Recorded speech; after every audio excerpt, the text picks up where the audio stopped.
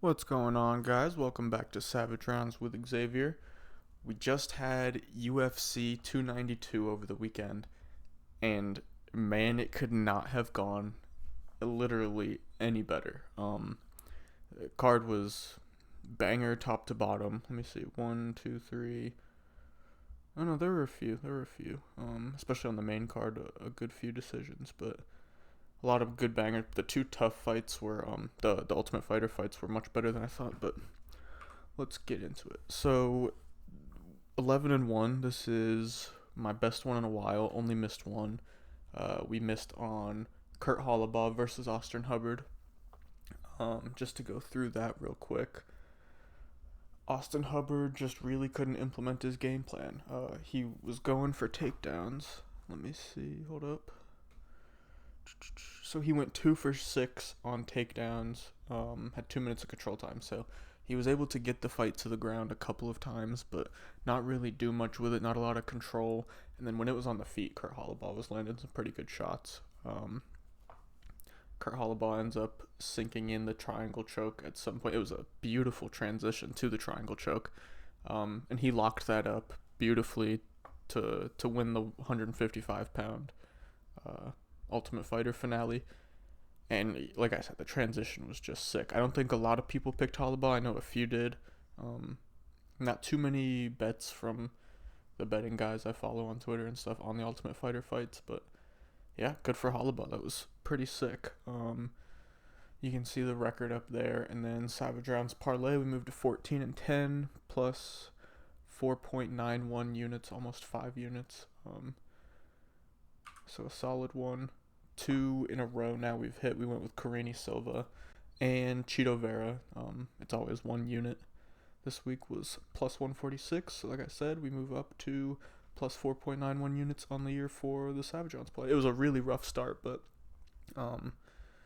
I'd say maybe like 2 months ago it started picking up. We had that 5 week win streak, and then I don't think we've had more than one loss in a row since we haven't had a loss streak since then. So it's been pretty solid. Now 2 weeks in a row. Try and keep that going this week. But yeah, let's talk about each fight now.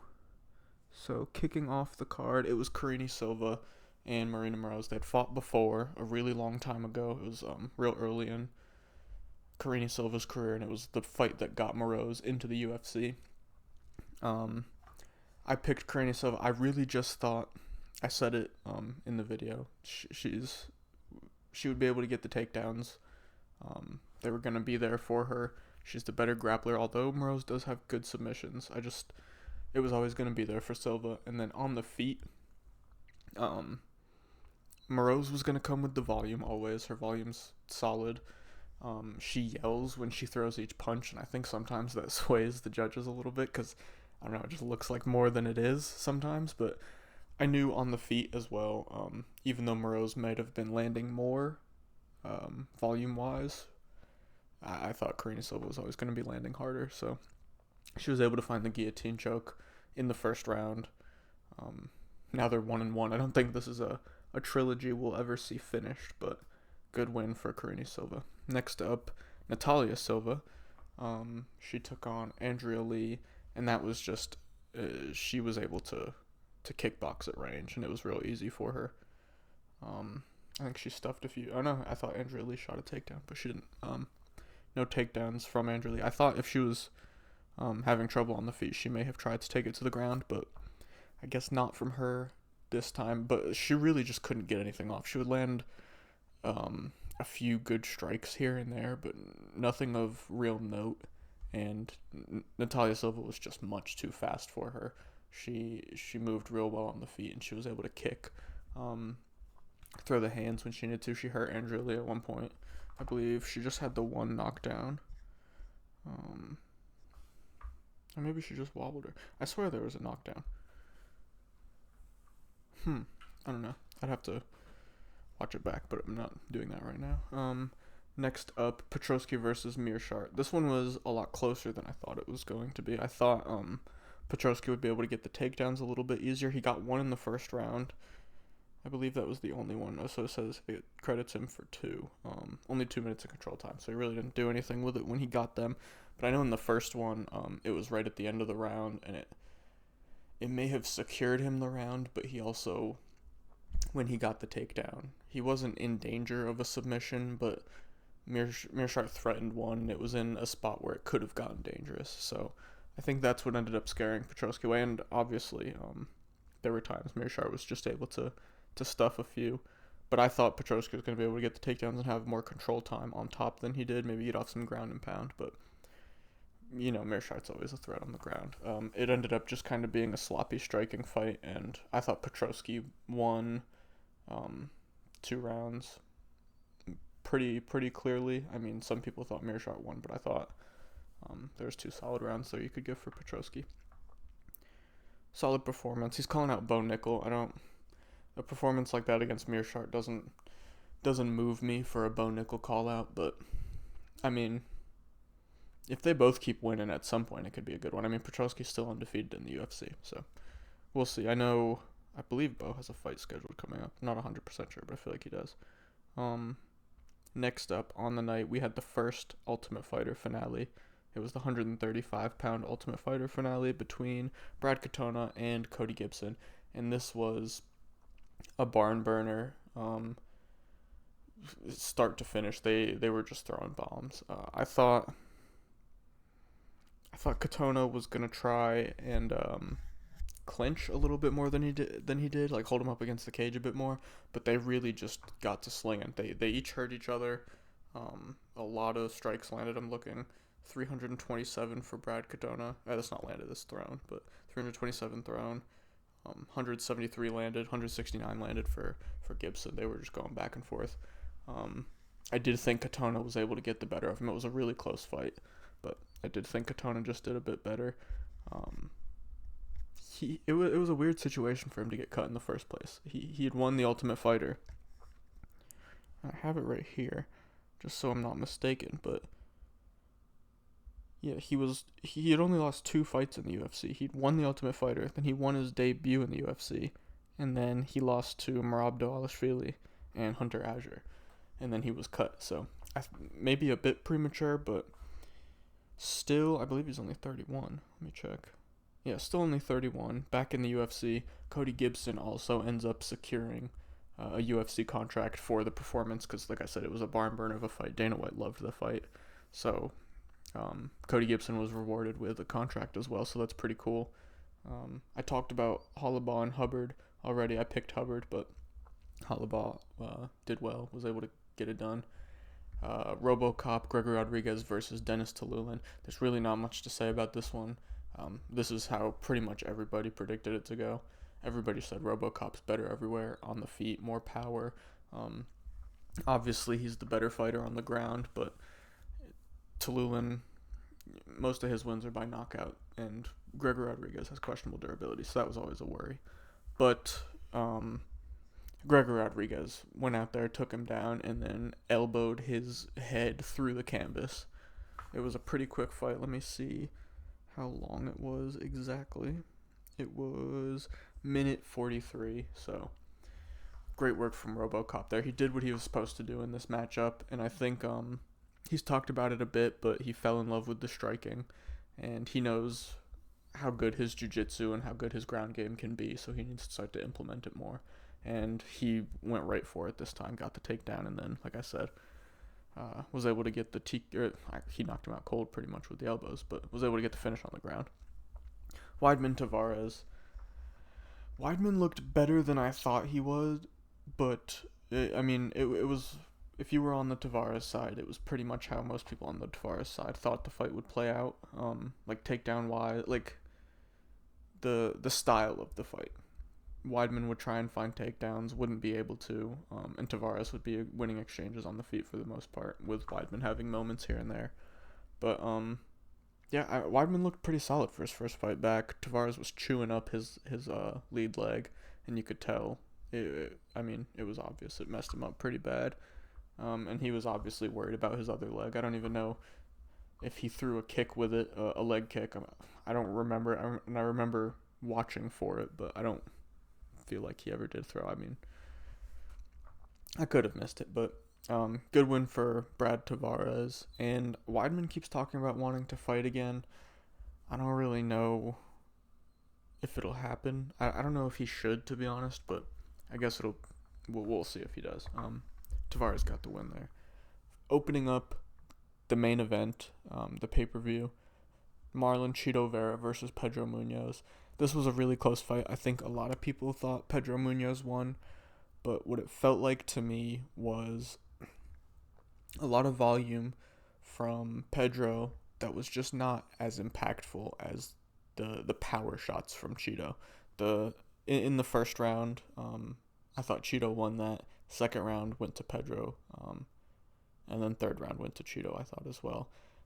Chito was eating him up with the jab, and although, like I said, Pedro was landing the leg kick pretty well, none of them really hurt Chito.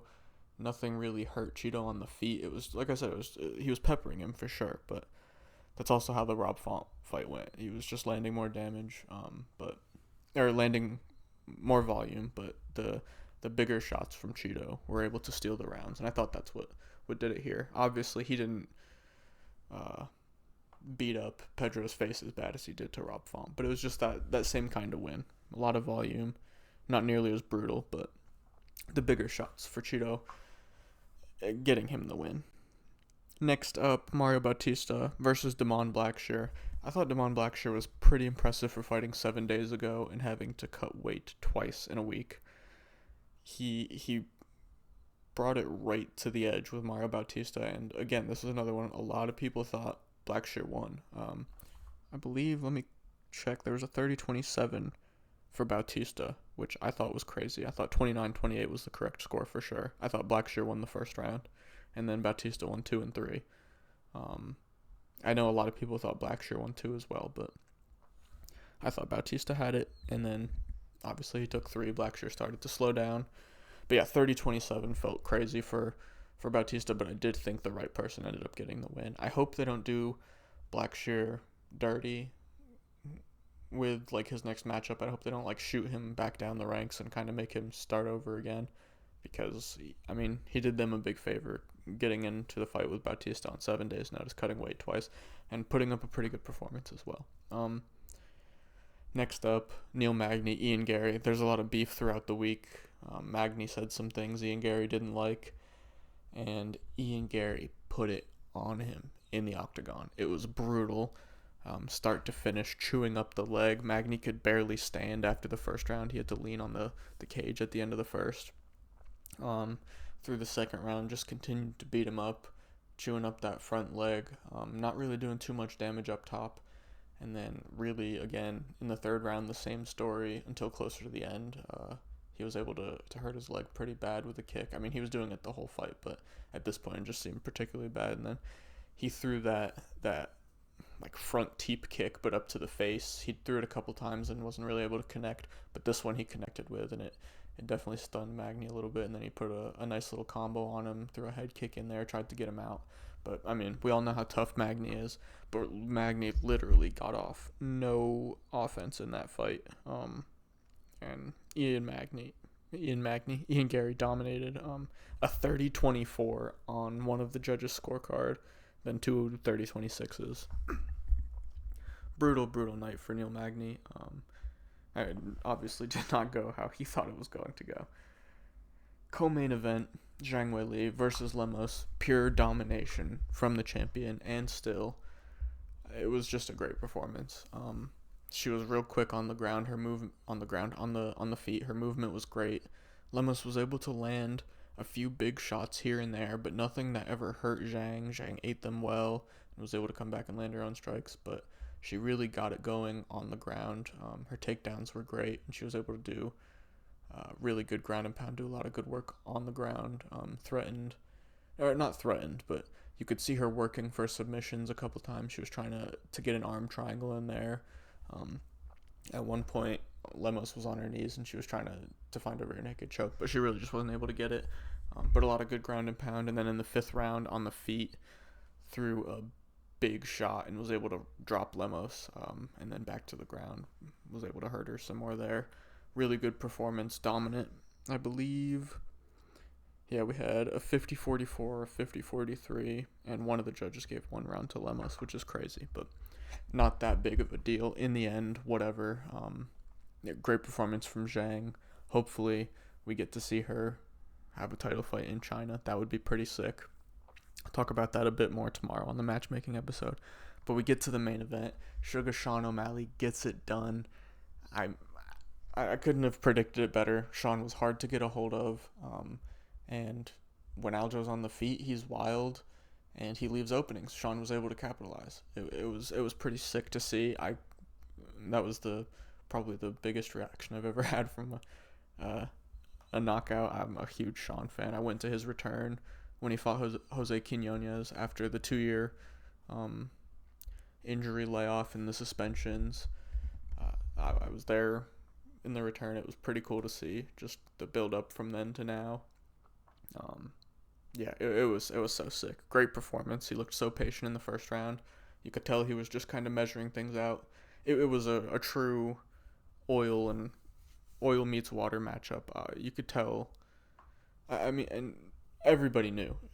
Sean did not want to touch the ground. Aljo was more confident on the feet than he should have been, I think, but obviously that's not really what he wanted to do. I believe he shot 2 takedowns. Yeah, he's credited with shooting 2 takedowns and was able to get neither. He probably stole the first round by shooting a takedown at the end of it, getting stuffed, and then he was able to land a few clinch shots. So he probably stole that round right at the end, but it really didn't matter. Sugar was really never looking to win rounds. If he did win rounds in the long run and ended up winning a decision, it was because he tagged Aljo and was able to hurt him. And Aljo was too tough to get finished, and that's how it would go the distance. But obviously, Sean was too good. Once he did tag him, was able to get the finish. And in the press conference afterwards, talked about how he hadn't grappled for 6 weeks because he had an injury. He said if it was a 3-round co-main event, not for a title, he definitely would have pulled out, but the moment was too big and he couldn't. And man, did he shine in the spotlight. It was real cool to see. I'll fly through the awards because I kind of talked about these forever. But fight of the night, pretty obvious, I'd say. Gotta go with Brad Katona versus Cody Gibson. We'll see them both back in the UFC, so that's pretty cool. Especially that Gibson was able to get one after going through a war like that. Performance of the night, I went with 3. Karine Silva getting her win back versus Moreau's first round submission. She looked really good in that fight. She's looked really good in the UFC so far in general. Next up had to be Zhang Weili. Really dominant performance to keep her belt and still. Next up, Sugar Sean. It had to be winning the belt by knockout against the greatest bantamweight of all time. It has to be performance of the night. My big winners of the night, I have 3, and then kind of like three or 4 what we call honorable mentions, I guess. I'll click through them all right now. Cheeto, Weili, and Sugar. Weili and Sean are obvious.